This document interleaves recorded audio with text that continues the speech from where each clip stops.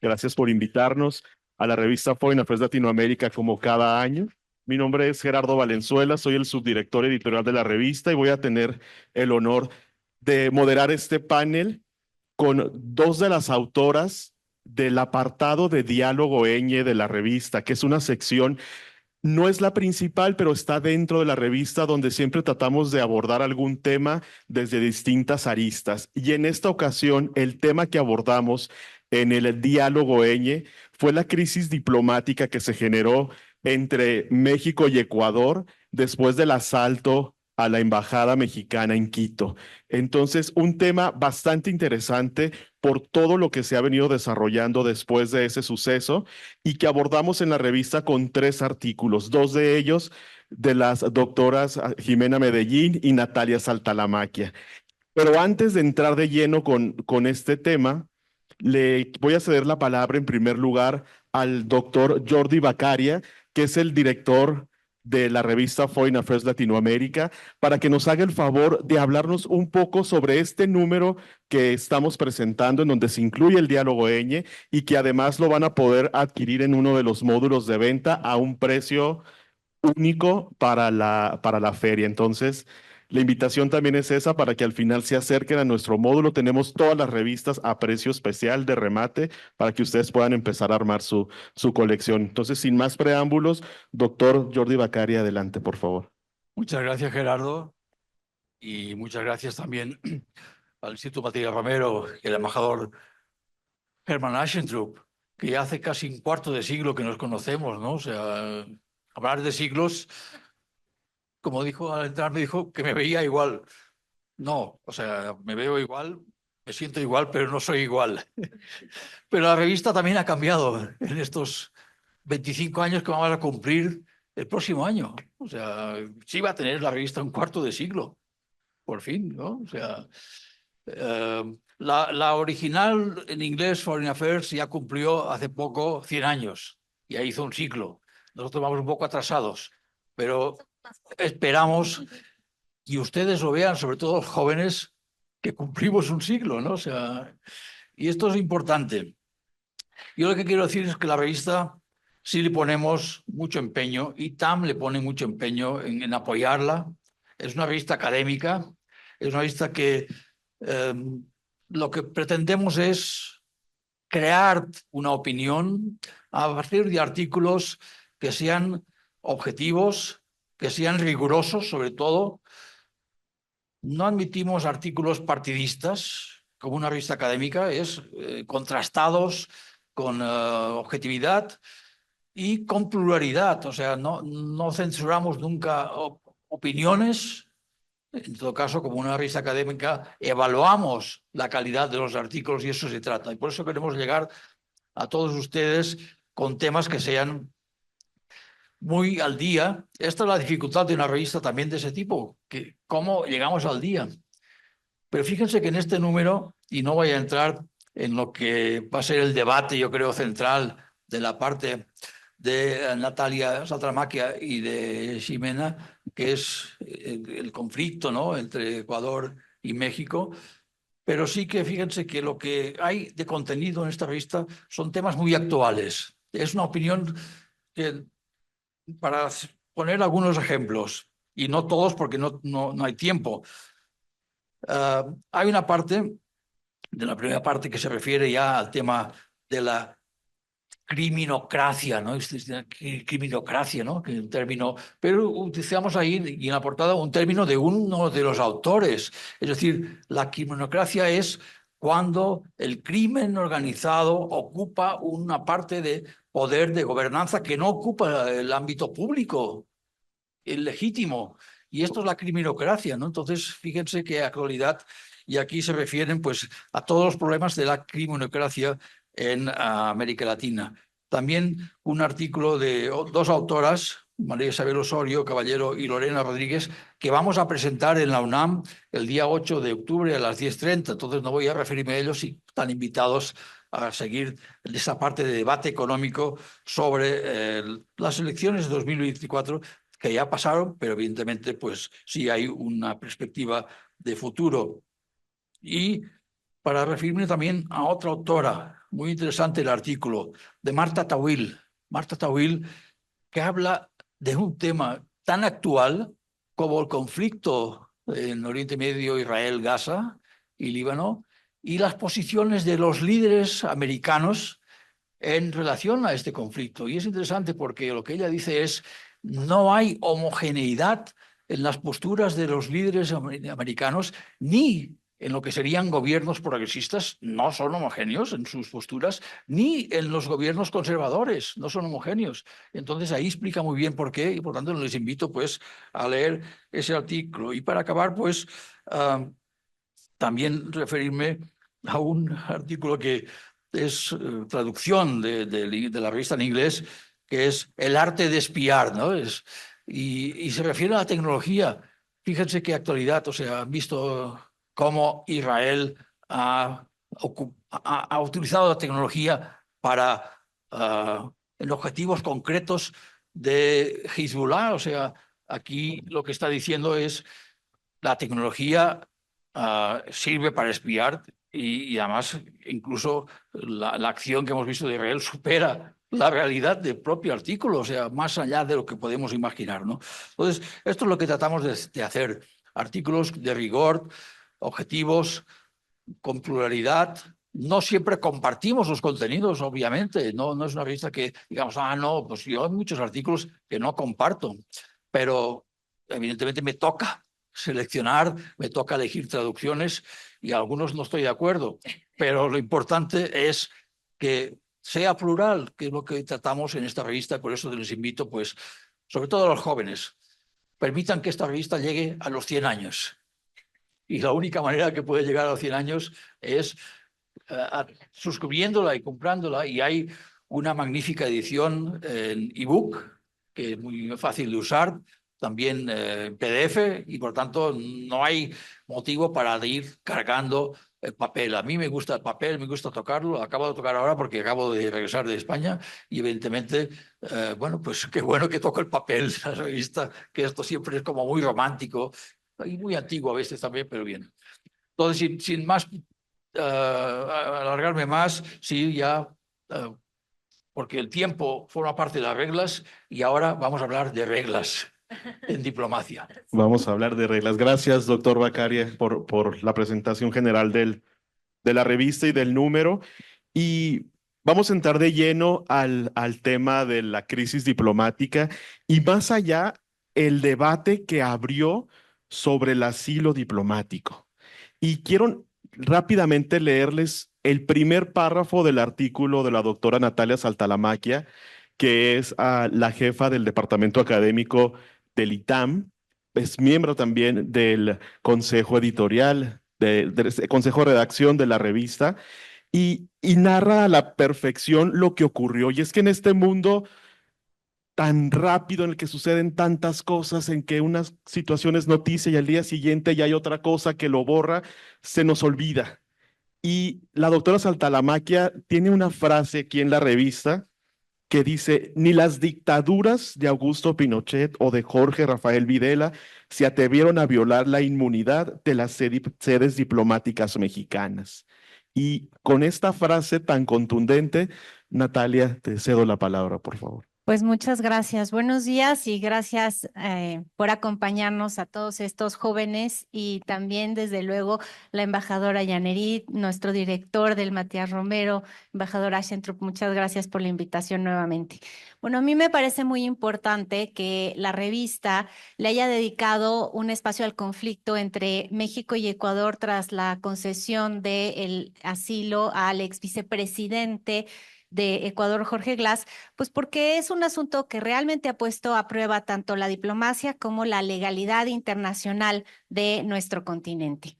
¿Qué es el asilo político? Fíjense que en América Latina tenemos una larga tradición. México creo que destaca, pero en verdad la mayor parte de los países de América Latina tienen una larga tradición de ofrecer protección a las personas que son perseguidas por sus ideas o sus actividades políticas. Y el asilo es una herramienta importante para esa misión. En particular, el asilo diplomático lo que permite es que alguien que está temiendo por su vida o por su libertad pueda entrar en una embajada y recibir protección incluso dentro del territorio del país que lo persigue.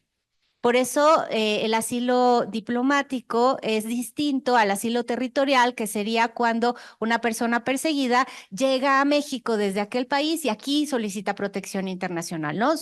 Los dos son asilo político, pero en dos versiones distintas.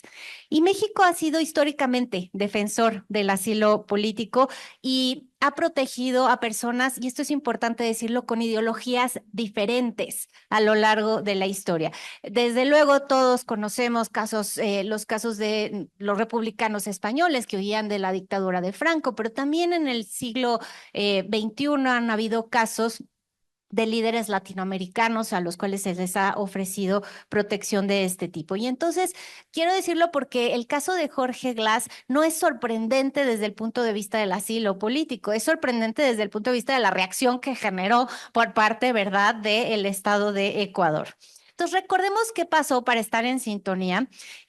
Recordemos que Glass había sido condenado por corrupción en Ecuador, pero por asuntos, digamos, de medidas cautelares, estaba libre y se presentó a la Embajada de México en diciembre de 2023, solicitó protección y primero México lo acogió como huésped para analizar, ¿no?, la situación y finalmente el 5 de abril de este año decidió otorgarle asilo diplomático.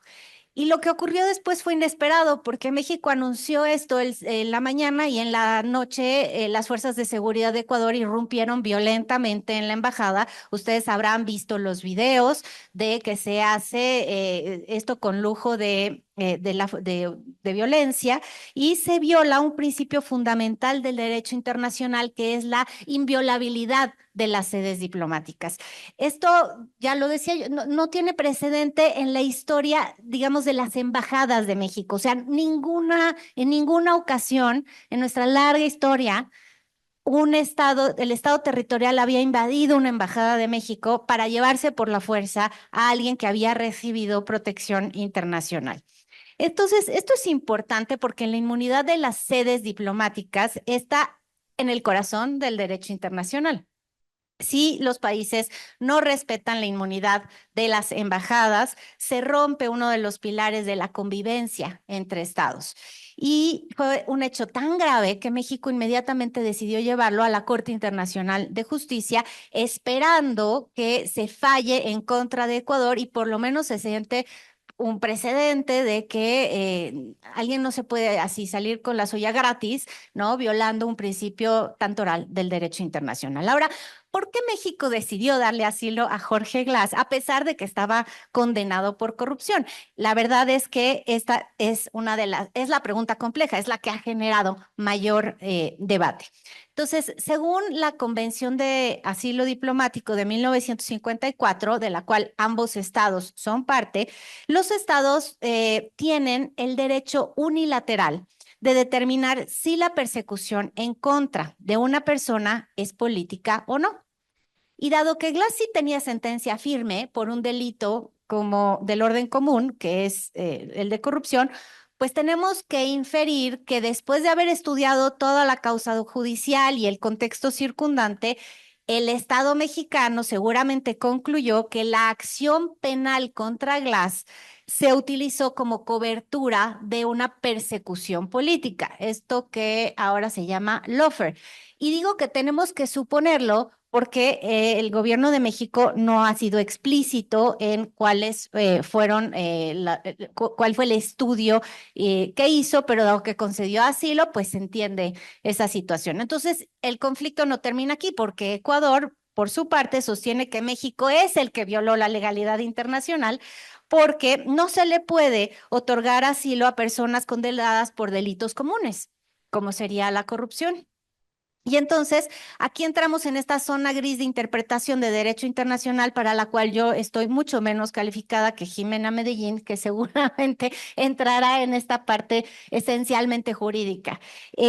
Lo único que sí podemos decir es que es clarísimo que la irrupción violenta en la embajada es inaceptable y que si había una diferencia de interpretaciones legales entre México y Ecuador, lo que tendría que haber hecho Ecuador es recurrir a medios pacíficos de solución de controversias, como lo dice la Carta de Naciones Unidas, como lo dice la Carta de la OEA, y en lugar de eso optó por una acción que pues causó este gran conflicto internacional.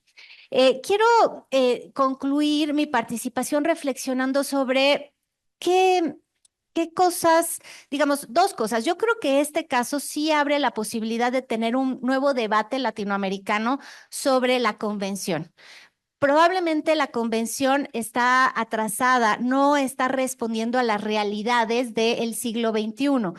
La persecución política, cuando la convención se redactó en el 52-53, se refería sobre todo a autocracias, a regímenes de facto. Era muy fácil ver si había persecución política o no. Y hoy en las democracias latinoamericanas, pues es distinta la situación y probablemente la convención podría ser platicada, revisada, actualizada. Pero lo segundo es que aprendimos en México de la gestión de concesión de asilo.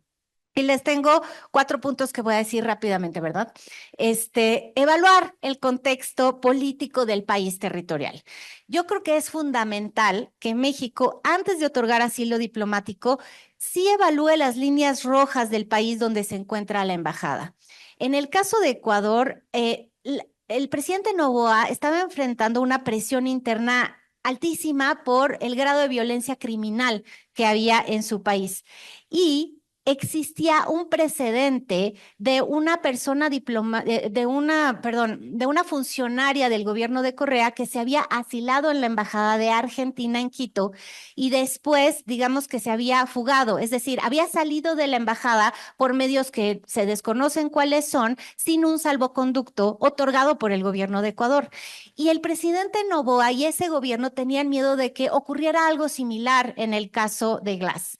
Y fallar en términos de seguridad en medio de esta gran debate de seguridad que había en Ecuador, pues es algo que deberíamos haber medido mejor. Segundo, yo creo que hay que despolitizar las decisiones de asilo. El asilo es, ante todo, una herramienta humanitaria, pero puede percibirse como una intervención política si no tenemos cuidado con cómo hacemos las cosas.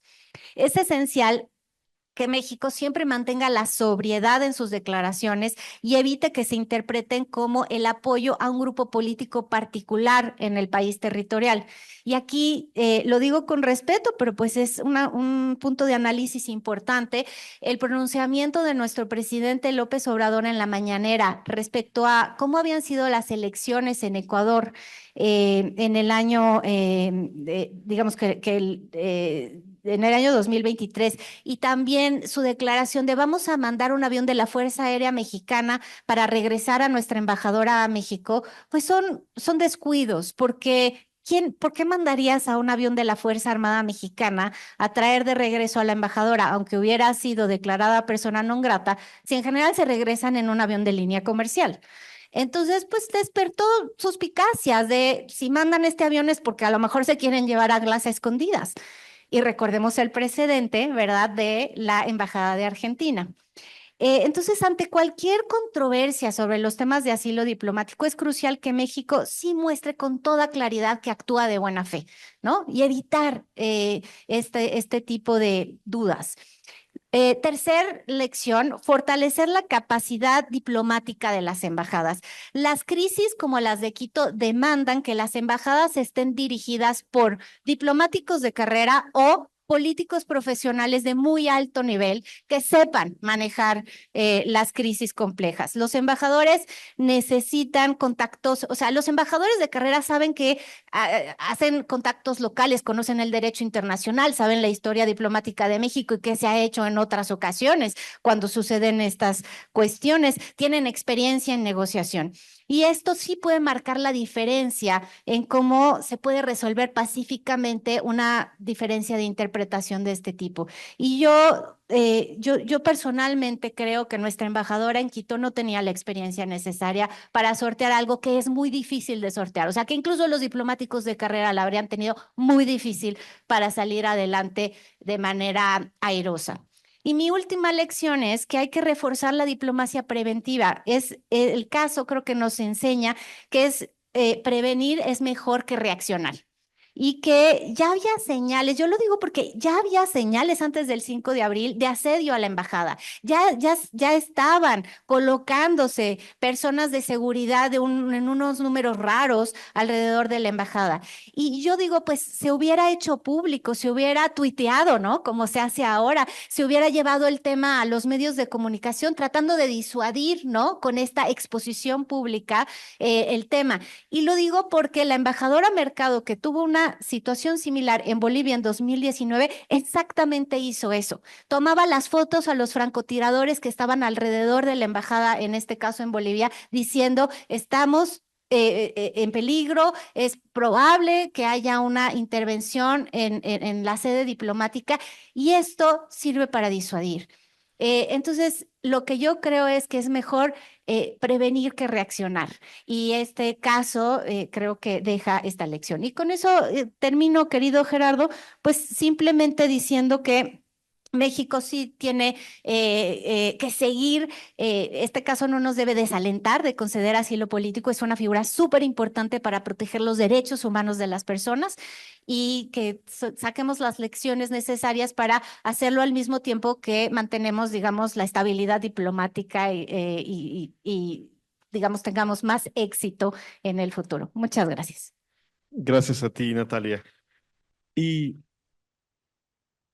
como lo mencionaba la doctora Saltalamaquia, pues a raíz de esta situación se presentaron una serie de demandas en la Corte Internacional de Justicia. Y ahí fue donde, como lo dice Natalia, que no debería de ser, lo jurídico se juntó con lo político, como lo menciona la doctora Jimena Medellín, profesora del CIDE, en su artículo La lucha jurídica entre Ecuador y México por el asilo diplomático. Jimena, adelante.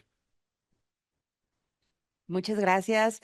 Muchas gracias a Foreign Affairs Latinoamérica por el número, por la invitación a escribir, por la invitación a estar en este panel. Muchas gracias al Matías Romero y a las personas que nos acompañan. Pues a mí me toca complementar lo que decía Natalia, igual que me tocó complementarlo un poco en la revista misma. Porque creo que este caso, esta crisis entre México y Ecuador es un perfecto ejemplo de esa doble mirada constante en los temas internacionales, diplomáticos y de derecho internacional, que es cómo dialogamos y cómo entendemos desde una perspectiva política diplomática y cómo también entendemos desde una perspectiva jurídica. Y el caso se fue tomando tintes en cada paso, que además creo que es importante también enmarcarlos en otro.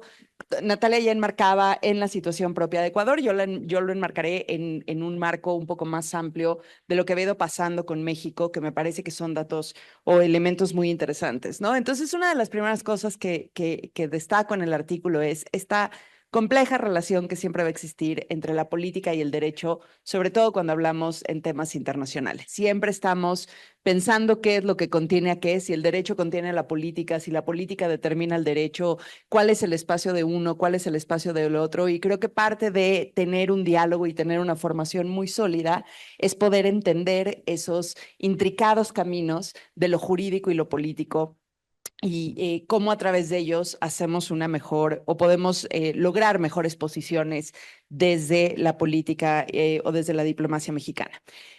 Otra de las cosas es, por supuesto, que tampoco podemos dejar de ver, que ya mencionabas Bolivia 2019, que México tenía ya el evento o el proceso de Evo y el proceso de Castillo en Perú, ¿no? Entonces, también se lee como una, yo diría casi como una actuación o como una énfasis de México en los últimos años de ser un espacio o de ser un país al que recurren distintas personas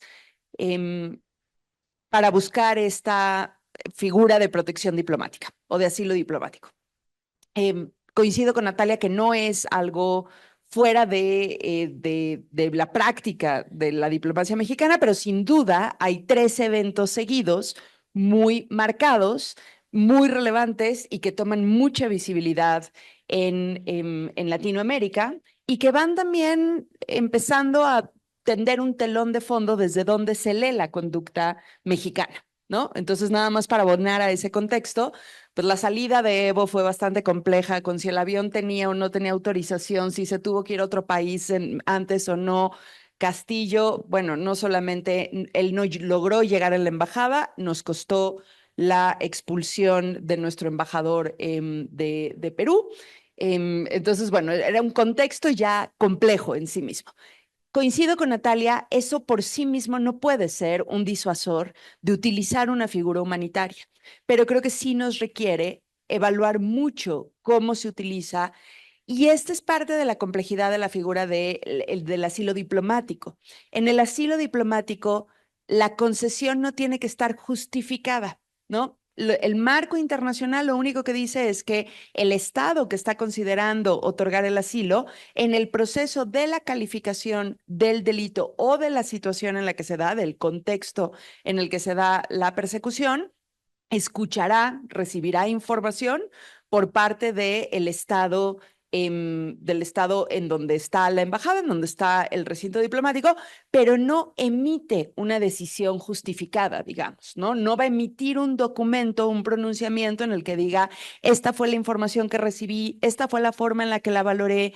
Es decir, hay un amplio margen de discrecionalidad del tipo de información que se recibe, de cómo se procesa, cómo se evalúa, cuánto tiempo se tarda en evaluar.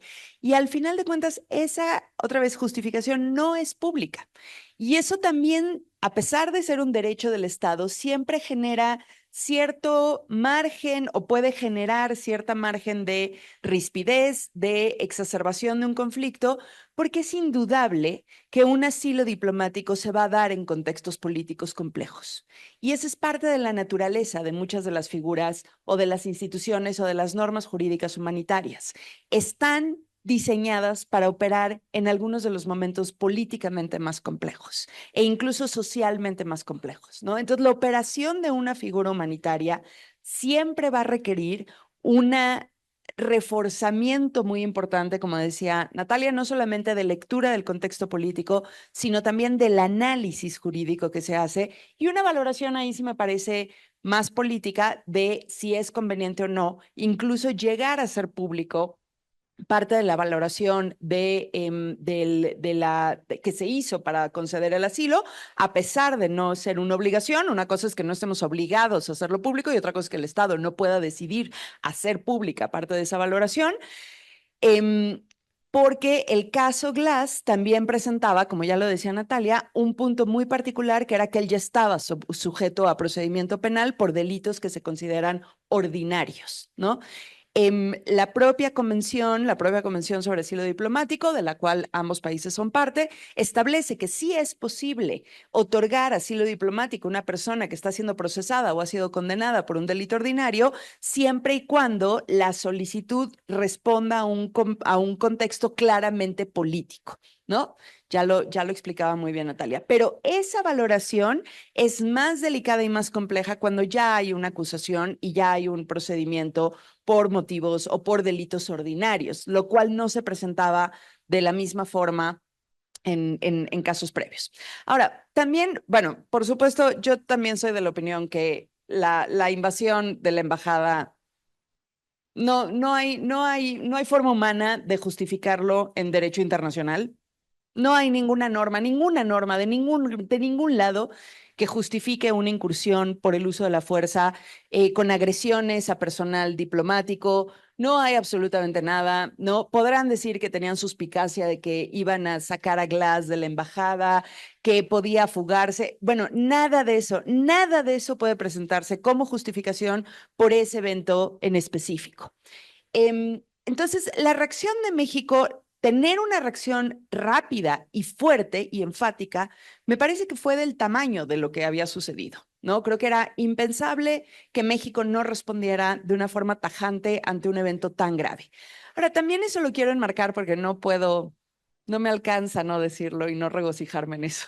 También tengo que decir que eso se enmarca en un patrón que hemos visto durante los últimos años de mucha más presencia de México en foros jurídicos internacionales. Y yo me congratulo enormemente de eso. No sé la diplomacia, qué tan contento esté, que estemos brincando por todos los foros jurídicos internacionales, pero yo sí me pregunto si en ese contexto en el que México se ha vuelto mucho más activo, no solamente, bueno, este es el caso que tiene como demandante en este momento, ¿no? Como actor que presenta una demanda, pero tenemos todo el proceso de litigios en Estados Unidos por control por venta de armas, que eso por supuesto es sede nacional, pero al final de cuentas es parte de una estrategia internacional compleja. Tenemos la solicitud de opinión consultiva ante la Corte Interamericana de Derechos Humanos también por el tema de empresas y derechos humanos, que va enfocado también al tema de armas. Yo estoy segura que vendrán otras acciones jurídicas internacionales en la misma línea.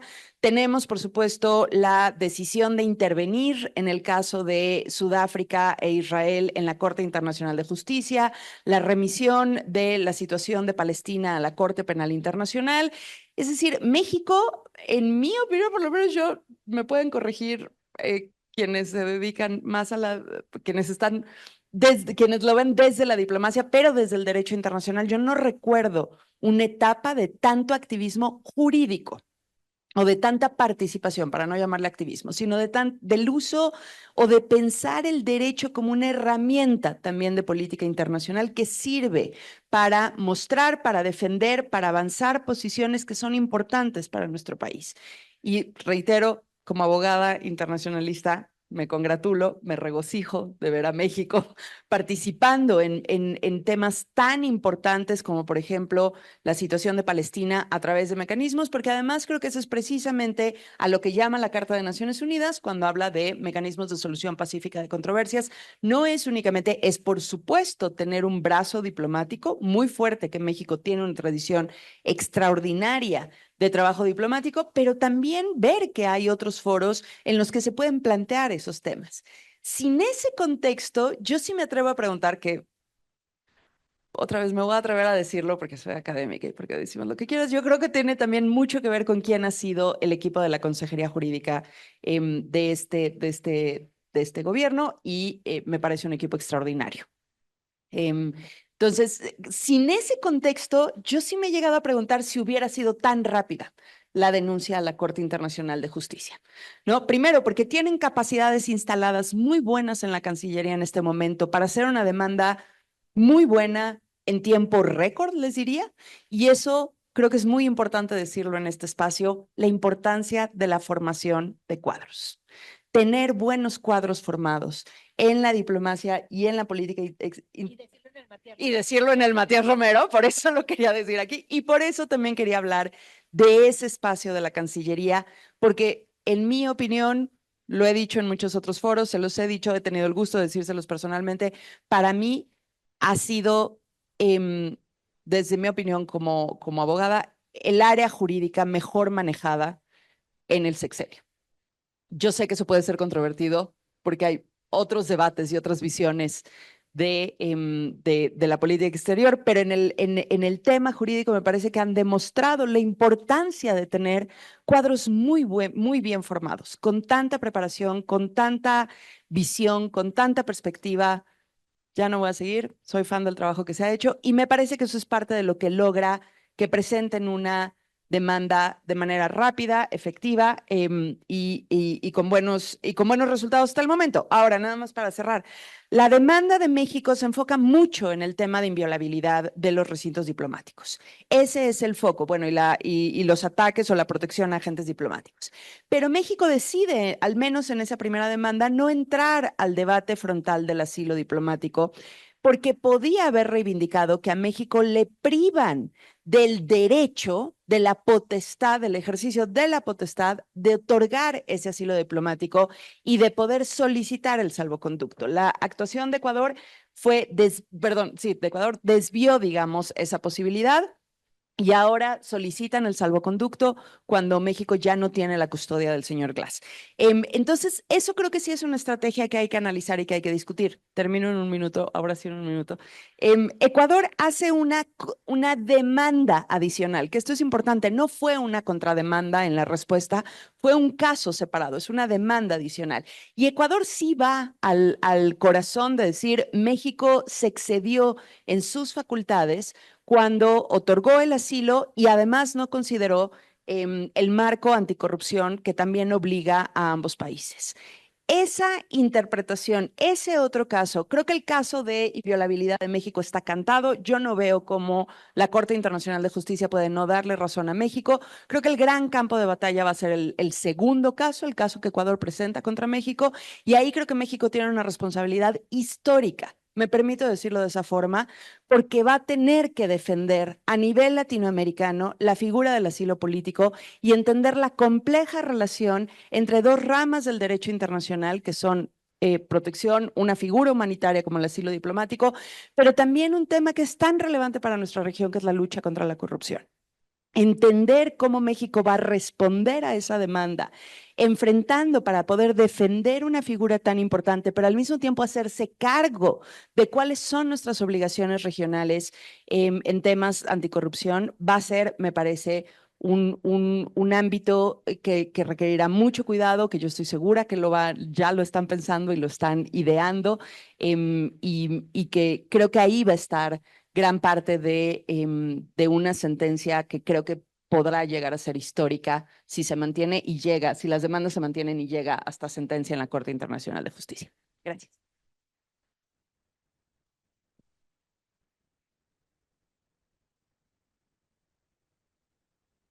Muchas gracias, Jimena. Y hay un tercer artículo dentro de este bloque sobre la crisis entre Ecuador y México de un autor precisamente ecuatoriano, una visión desde Ecuador, pero también hace un recuento histórico de situaciones similares que han ocurrido en Asia, y por supuesto en América Latina, y tiene una frase particular que les dejo para que se animen a comprar la revista ahorita al final de la presentación, que es: las representaciones diplomáticas no son meros edificios, sino fortalezas simbólicas de la soberanía nacional en suelo extranjero.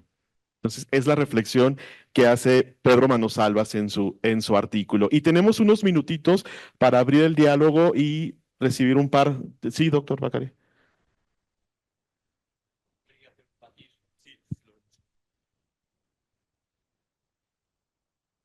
Sobre lo que he dicho, de un tercer artículo que es importante, porque nosotros en esta controversia lo que queríamos tener era la visión de Ecuador. Y no ha sido fácil, digo, casi ha sido imposible.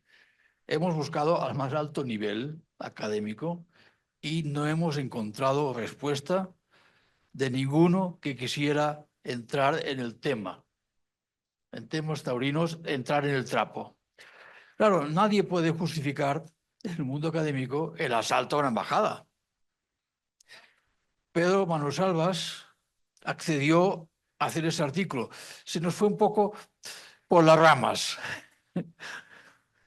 No entró a fondo. No es jurista, es de relaciones internacionales y, por supuesto, ha hecho este artículo interesante en el que nos da esta perspectiva histórica amplia, pero no ha querido entrar en el fondo del asunto. Nadie de los que hemos intentado buscar en Ecuador han querido acceder a nuestra petición de artículo. Es una lástima. La hemos conseguido con Pedro Manosalvas, pero para que vean que sí buscamos en la revista el debate, la controversia y la pluralidad. Ha sido importante tener un autor de Ecuador, por supuesto.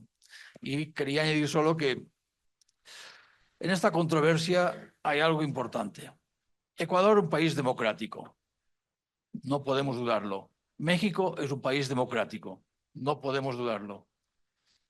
El último acceso de asilo diplomático lo hemos visto en Venezuela con Edmundo González.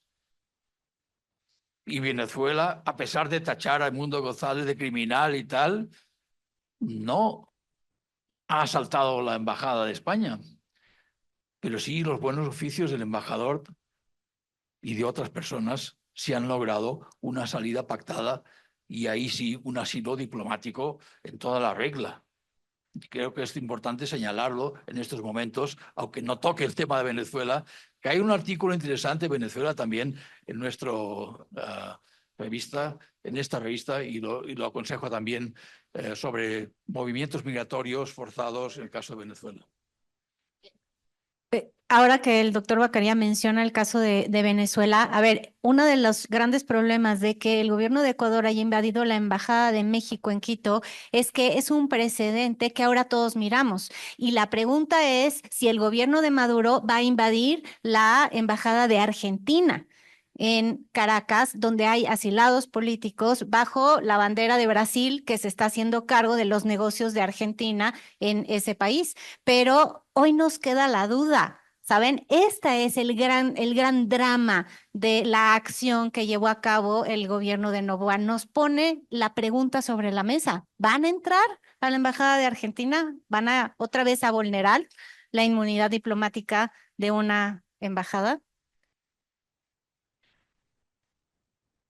Sí. Tenemos poquísimo tiempo, entonces 2 preguntas muy breves con 2 respuestas muy breves del panel. Así es que si alguien desea preguntar, por favor, para aprovechar estos últimos minutos.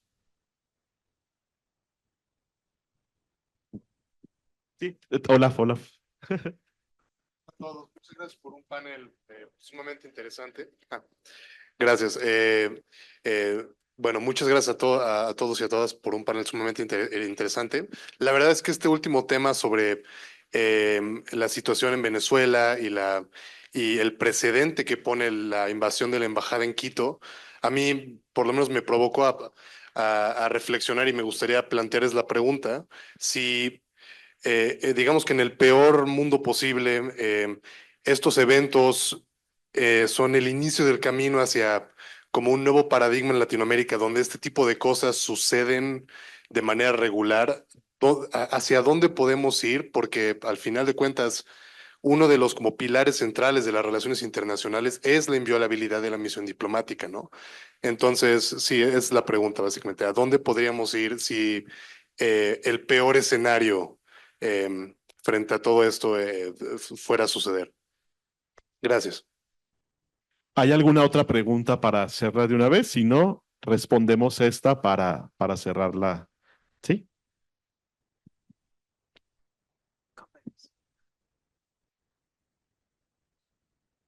Gracias, bueno, igualmente es un placer poder deleitar estas opiniones tan informadas y de expertas en la materia.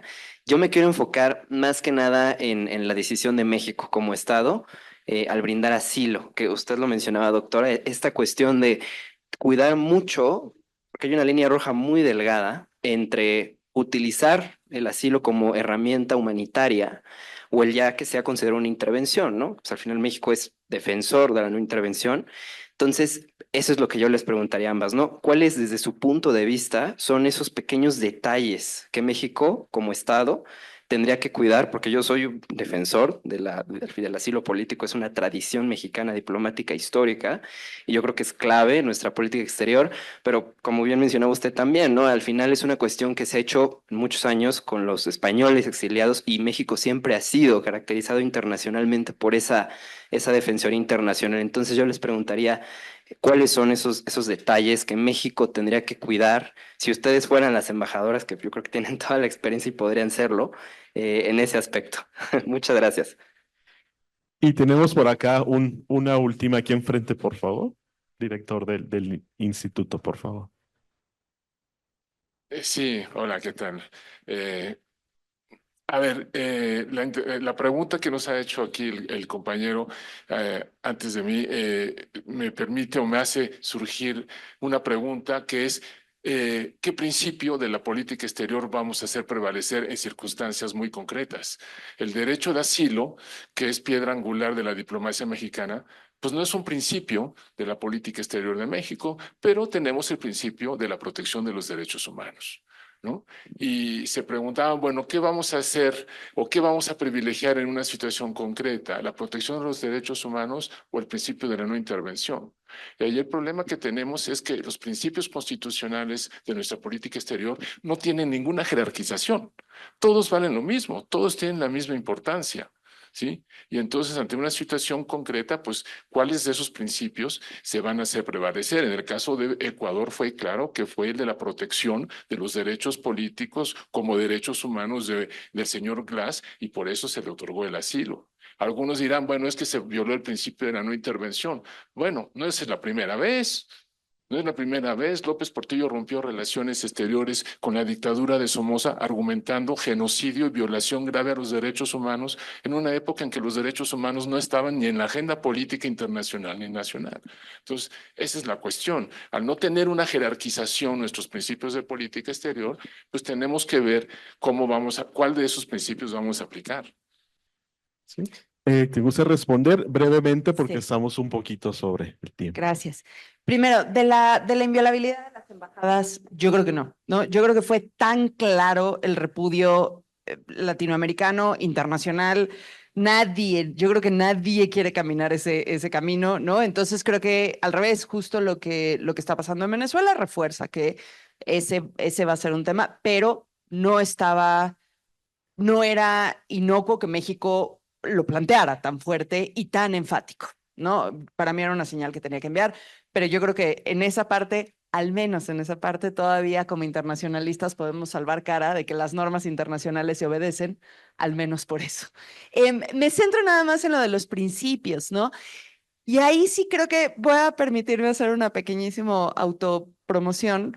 Tengo capítulos sobre los principios de política exterior, porque parte del problema es precisamente que que esos principios nunca han sido debatidos como principios constitucionales, a los que tenemos que analizar, interpretar, debatir.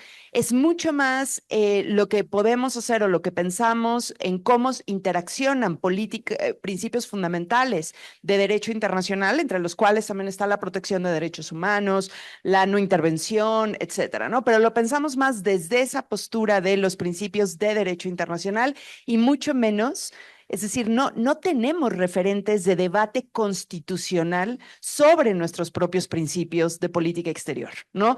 Ese es de esos ámbitos en los que se sigue viendo como algo que está en la Constitución, pero que es texto mucho más político que jurídico.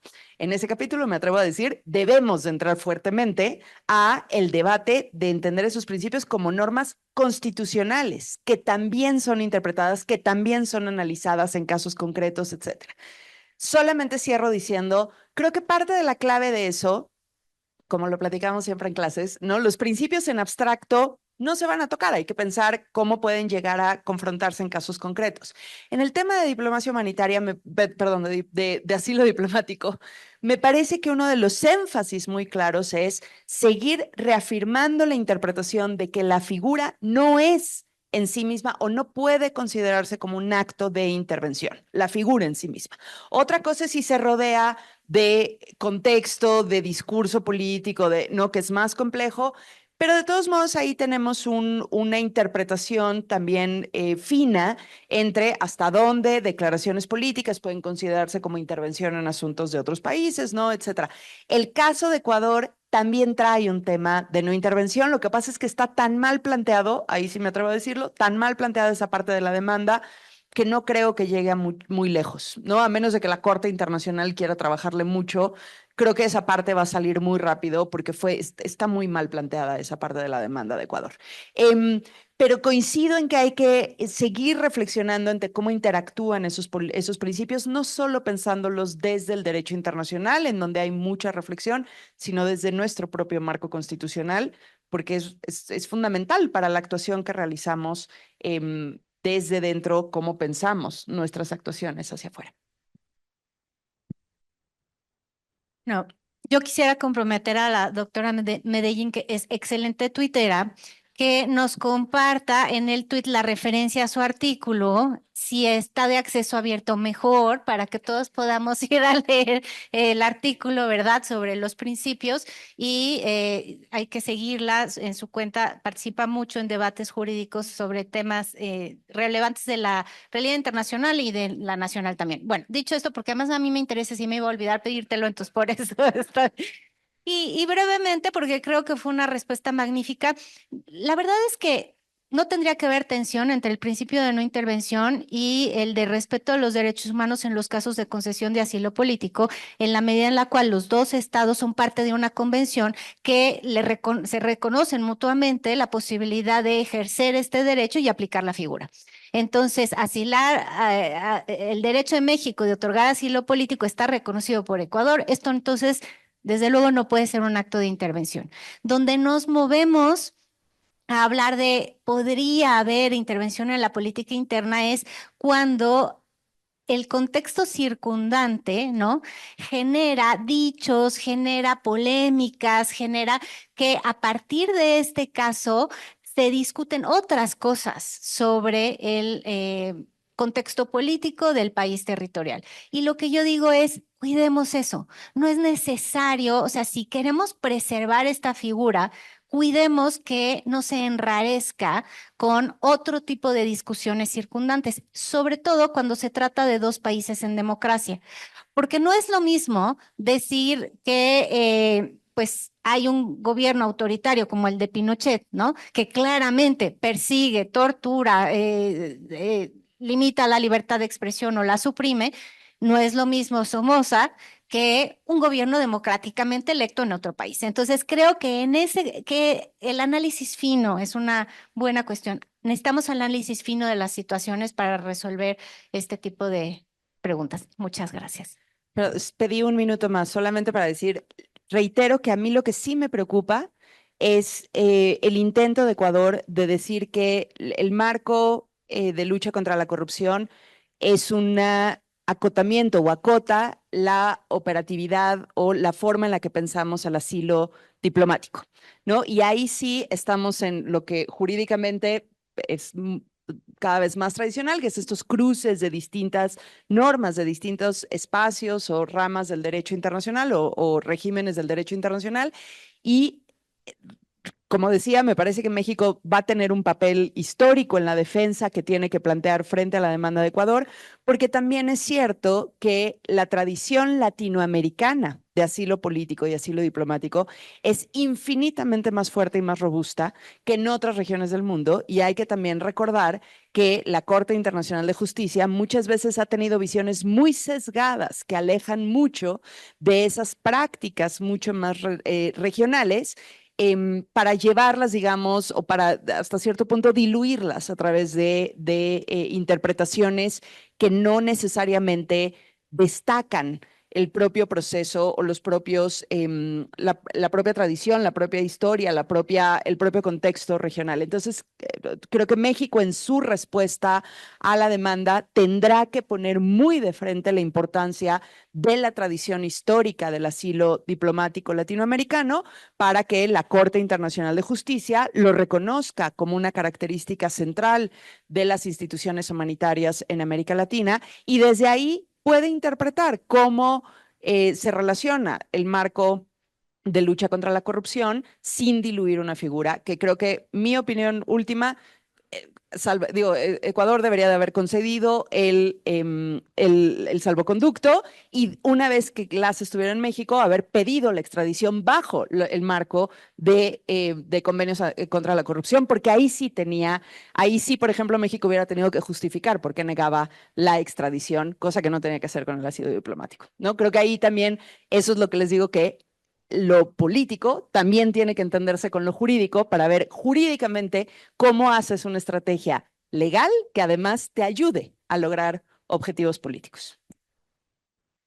Pues muchísimas gracias, doctor Bacaria, gracias, Natalia, gracias, Jimena, gracias a ustedes también, gracias al Instituto Matías Romero, y los invitamos a adquirir el nuevo número de Foreign Affairs Latinoamérica. Los números anteriores desde 2019 están disponibles en la planta baja del instituto a un precio único que no lo van a encontrar en ninguna otra parte. Así es que aprovechen la oportunidad. Los que ya tienen algunos, sigan con la colección y los que no, es buen momento para iniciar. Y muchas gracias también al equipo de Foreign Affairs por habernos apoyado durante toda esta actividad de la Feria del Libro. Muchas gracias y que tengan excelente día.